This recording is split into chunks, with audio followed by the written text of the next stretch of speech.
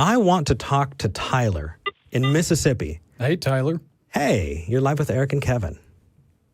Hello. Hey. So my argument is that God must exist because abiogenesis is proven to be false because we have failed to produce life from non-life. Life cannot come from non-life because it has to come from life, basically. So life must originate from a living God. How do you know that? Beginning and the end. Because supposedly, so according to the secular worldview, well, life just remember, you can ask us. We're here. Wait, ask you what? You said according to the secular worldview, and I've had so many people call in who've told me what I think that I just wanted to hop in and be like, remember, you can ask us. We're a resource. We're here. We can tell you about our worldviews. No, yeah, I'm going about, like the basics, the worldview where the Earth and the universe originated. So the universe originated 13.8 billion years ago or so with the Big Bang, and the Earth about 4.5 billion years ago, and life evolving from non-life a few billion years ago, and that non-life branching out. Is that kind of what you So believe, actually, right? there's a distinction there that I think is incredibly important. And it's something that I saw you popping into the live chat, and I just want to make sure that we're super, super clear. Abiogenesis, which is the beginning of life, is not evolution. Abiogenesis. I'm not arguing evolution. Okay, abiogenesis did not evolve. It's not dependent on evolution. Evolution is something entirely. Right. Okay, because I thought I saw you say evolution is false, but you must have said abiogenesis is false. Yeah, I see it in the description. Well, Okay. yeah, I do agree with that, but I'm not going to argue that on this show because I've seen other shows where other people argue that, but that's not what I'm here to argue. Okay, so, That is, yeah. well, I'll tell you what I know. There was a time when there were not us, and now there's us. As people who are much smarter than me have explored and learned and looked at the fossil record, that the life forms now share common ancestors, right? We can look at the phylogenetic tree of life and see, and that is where we're looking at evolution, and we can kind of trace that back to the proto creatures that first inhabited this place. And those proto creatures weren't always here. And so we call the beginning, the spot from not a living thing to a living thing, abiogenesis. But in the same way, when we talk about something like dark matter, we're talking about what we have understood, but we're not saying that we know everything about it. We're saying this is to the best of our knowledge what we've been able to come up with and show, definitively, hey, here's how we got from A to B to C. You can check my work. So I want to take that whole thing around abiogenesis, and I want to set that on the shelf for a second, because I gave you a decent rundown of something that you can check out yourself. It's not just my claim. And say, okay, there's that. Now let's look at your competing hypothesis. What do you have that shows your claim about a God creating all life? Like, how do you know that life has to come from? Because I think charitably, I don't know would have to be the answer, wouldn't it? Well, see, I believe that through our observation and testing of the properties around us and such, for example, we know that, like if we see a bear, we know that bear must have come from a mother and a father bear, so we can observe and test that. Mm-hmm. And as far as we have observed and tested, to the best of our knowledge, life can only come from it can only come from life. It cannot come from non-life. But then you get to an infinite regress like that.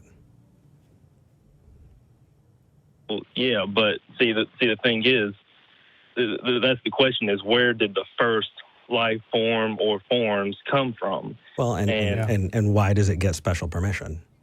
Right? Because if you're saying that life has to come from life, that means God had to have been created by a God. Yeah, it's turtles all the way down until you special plead that God is infinite and without beginning. Yeah, prime mover. Yeah, exactly. Sure, See, that's sure. my argument. See, God is the beginning and the end, so he does not have he was not created. I believe that is the only explanation that we can offer through observation and testing, that the living God must have created the first life forms, and he created them according to their kinds, and that's what we observe and what we can observe and test today. Sure. We can observe and test that life can bring forth life, but according to the theory of abiogenesis, life originated from non-life billions of years ago, and yet that has not happened a single time today. It supposedly happened through natural means, and yet our most intelligent scientists today cannot even make it happen. I would definitely urge you to not use our smartest scientists today, because we can pull out, scientists from 300 years ago who were the smartest at the time, but that doesn't mean that, people were valid in making assertions that they couldn't back up. Oh, I agree. Okay. I agree with that. So let's I perfectly agree with that. Okay, let's take a look, because last time somebody called and talked about abiogenesis, I got messages from PhDs who were like, Eric, next time I need you to say this. And so I'm doing my best. But there are a lot of things that are indicative of how life could have started that we have been able to address and talk about, right? You have protocells out of things like lipids. You have, RNA, which can exist and replicate without DNA. Now, tell me in the comments if I was wrong about that. But you have all of these different building blocks that are there, right? That occur naturally. And so while we have that, I want to take this and I kind of want to weigh this out here, because I want to know which one, I can never know a thing 100%. And so I'm going to do the best I can with the information I have available and live this life the most honest way that I can, right? So I'm going to weigh these out. I have all of this information about how life could have started, right? And then I have the God concept. Right. Which one has more assumptions? I believe the theory of abiogenesis has more assumptions, because it assumes that life can come from non-life, but we have observed and tested that as far as our knowledge. But aren't you making that same assumption about God?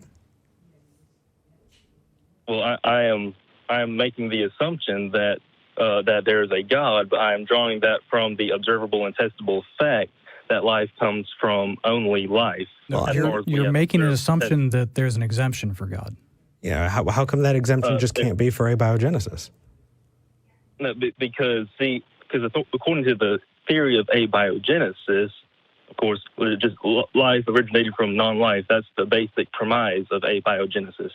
That has nothing to do with an infinite being being at play. The very definition of God, at least the God in the Bible, which I believe in, is he is infinite and omniscient, and he is the beginning and the end. So that's why he's the exception. But abiogenesis does not possess any of those features. So hold on. It can't be an exception. Hold on, Tyler. You just listed a whole bunch of assumptions. The beginning and the end, the power and the ability to create life and universes. That's a lot of baggage. Isn't that way more assumptions, including the one that you're saying is there, right? That God was alive and came out of non-life, right? And then you have abiogenesis. How could you possibly think that abiogenesis has more assumptions? You just stacked a cart full of them. Well, no, these aren't assumptions. These are the characteristics attributed to the God of the Bible, and that's just the God that I happen to believe in.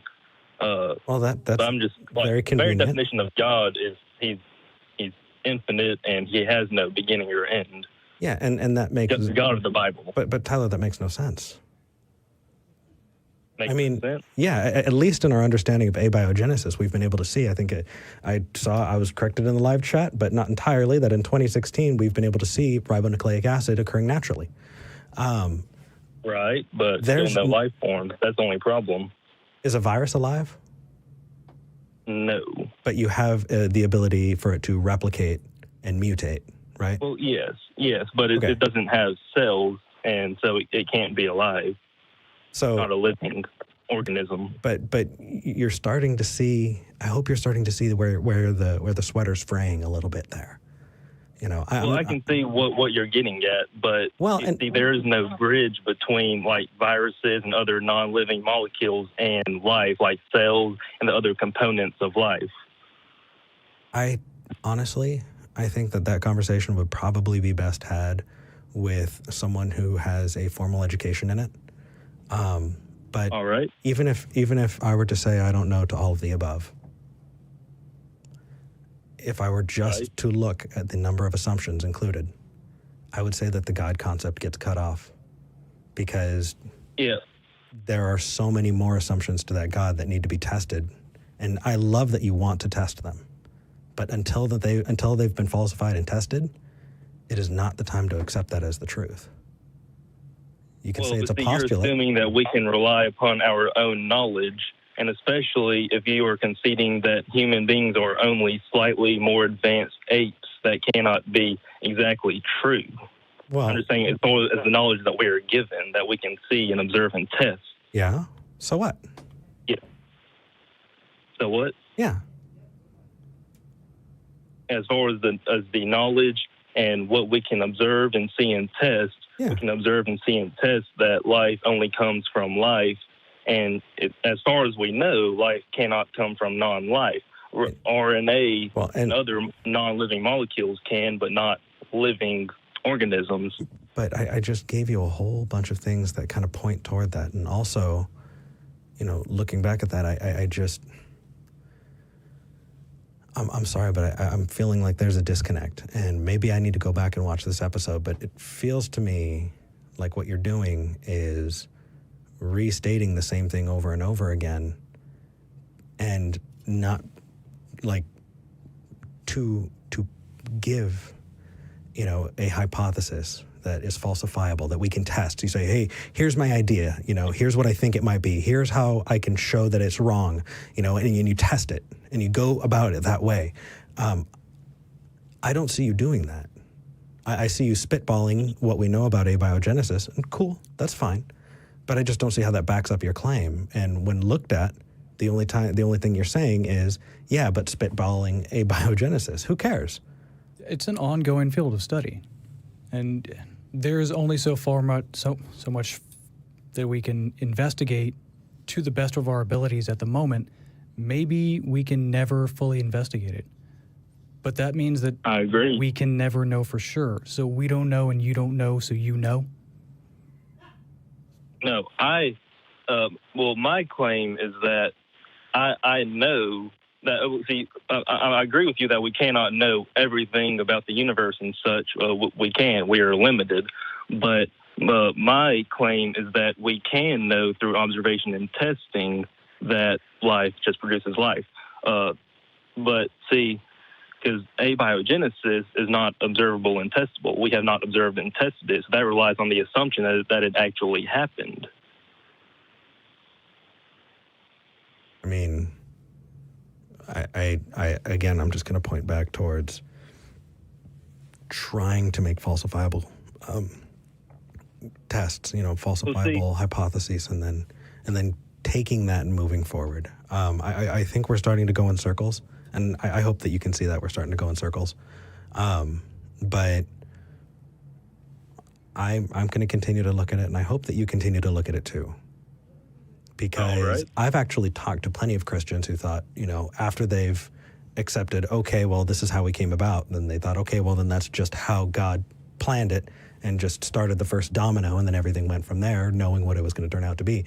That I don't think it's as hard. They thought that God created abiogenesis, like God created life through abiogenesis. Yeah, I've definitely talked to Christians who've asserted that.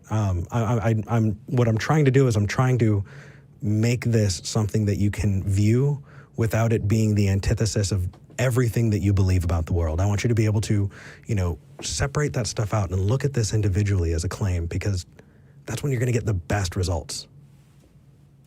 All right. Yeah. So, Tyler?